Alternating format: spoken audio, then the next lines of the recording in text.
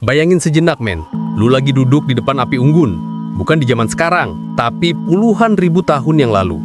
Di luar sana, angin es menderu. Suhunya minus 30 derajat. Gelap total. Tiba-tiba, lu dengar suara gemuruh dari kejauhan. Tanah bergetar.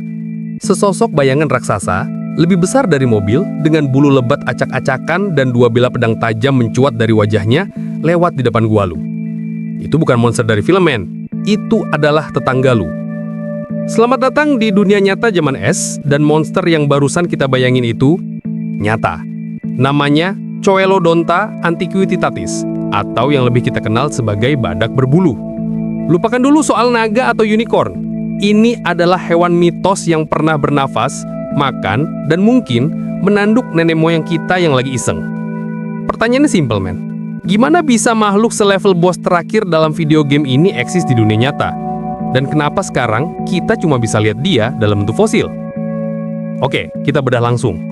Badak berbulu ini bukan sekedar badak biasa yang kedinginan terus iseng manjangin bulu, men. Enggak, dia adalah hasil mahakarya evolusi yang dirancang khusus untuk bertahan hidup di salah satu lingkungan paling ekstrim dalam sejarah planet ini, Tundra Steppe Pleistocene. Coba deh pakai logika lu. Gimana caranya biar nggak mati beku di zaman es? Gampang, pakai jaket tebal. Dan badak berbulu ini punya jaket paling mewah pada masanya. Bulunya tebal, panjang, dan berlapis-lapis, kayak jaket gunung paling mahal yang bisa lu beli sekarang. Lapisan luarnya kasar buat nahan angin dan salju, sementara lapisan dalamnya lebih halus buat insulasi panas. Keren kan? Alam udah menemuin teknologi double layer dari jutaan tahun lalu. Terus tanduknya, ini bagian paling ikonik. Dia punya dua tanduk, men. Yang depan, yang paling besar, bisa tumbuh sampai 1 meter panjangnya. Bentuknya pipih kayak pedang. Fungsinya buat apa? Buat selfie? Jelas bukan. Para ilmuwan percaya, tanduk raksasa ini punya dua fungsi utama yang jenius banget. Pertama, buat bertarung. Jelas lah ya, lawan singa goa atau hyena purba, atau bahkan sesama badak buat rebutan wilayah atau pasangan. Dengan tanduk sebesar itu, sekali seruduk kelar urusan. Tapi fungsi keduanya ini yang nunjukin betapa pintarnya adaptasi. Tanduk pipih itu dia pakai buat nyeker salju. Logikanya gini, men. Di zaman es, makanan utama mereka, yaitu rumput kering dan semak-semak, seringkali ketutup salju tebal. Gimana cara makannya? Ya, disingkirin dulu saljunya. Badak berbulu ini bakal menganyunkan kepalanya ke kiri dan ke kanan, pakai tanduk depannya yang masif itu kayak skop alami, buat menyingkirkan salju dan nyari makan di bawahnya. Efisien, cerdas, dan efektif. Dia adalah tank tempur sekaligus mesin pembersih salju. Kurang keren apa coba? Sekarang coba kita bayangin jadi dia. Berat lu bisa sampai 2-3 ton, setara mobil SUV. Panjang badan lu sekitar 3-4 meter. Lu punya kulit tebal, lemak di punuk buat cadangan energi, kayak unta tapi versi sangar, dan lu hidup di padang rumput beku yang luasnya membentang dari Spanyol sampai Siberia. Teman sepermainan lu siapa? Mamut berbulu, rusa raksasa Megaloceros, dan kucing sabertooth. Ini bukan dunia yang ramah, men. Ini adalah dunia di mana setiap hari adalah perjuangan untuk tidak menjadi santapan makan malam. Lalu di tengah ekosistem brutal itu, ada satu makhluk kecil, kurus, nggak punya cakar, nggak punya taring, tapi otaknya enter banget. Siapa dia? Ya, kita. Manusia purba, Homo sapiens. Menurut lu, men, apa yang ada di pikiran nenek moyang kita waktu pertama kali lihat badak berbulu? Wah, lucu, mau aku pelihara? Gua rasa enggak. Yang ada di pikiran mereka mungkin itu daging berjalan yang bisa ngasih makan seluruh suku selama sebulan. Tapi gimana cara ngalahinnya? Ini adalah pertarungan antara kekuatan brutal melawan kecerdasan strategis.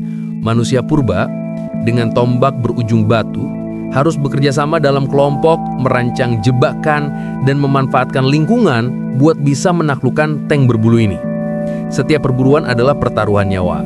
Satu kesalahan kecil, dan lu yang bakal jadi dendeng diinjek-injek. Bukti-bukti arkeologi seperti lukisan di gua-gua purba di Prancis menunjukkan betapa pentingnya hewan ini dalam kehidupan mereka, sebagai sumber makanan, bahan pakaian, dan mungkin sebagai simbol kekuatan yang dihormati sekaligus ditakuti. Sampai di sini ceritanya kelihatan keren ya. Sebuah dunia purba yang epik dengan monster-monster raksasa. Tapi setiap cerita epik pasti punya akhir. Dan akhir dari badak berbulu ini adalah sebuah misteri besar. Sekitar 10.000 tahun yang lalu, setelah berhasil bertahan hidup selama ratusan ribu tahun melewati berbagai siklus zaman es, mereka lenyap, hilang, punah. Kenapa, men? Apa yang salah? Ada dua tersangka utama dalam kasus kepunahan ini. Tersangka pertama, perubahan iklim. Di akhir zaman es, suhu bumi mulai menghangat. Es mencair, permukaan laut naik, dan padang rumput tundra yang jadi rumah sekaligus sumber makanan badak berbulu perlahan berubah jadi hutan lebat. Lingkungan yang tadinya sempurna buat mereka, kini jadi neraka. Badak ini dirancang untuk ruang terbuka, bukan buat manuver di antara pohon-pohon rapat. Makanan mereka hilang, habitat mereka menyusut. Alam yang dulu menciptakan mereka, kini berbalik menghancurkan mereka. Tersangka kedua, kita, manusia. Seiring waktu, teknologi berburu kita semakin canggih.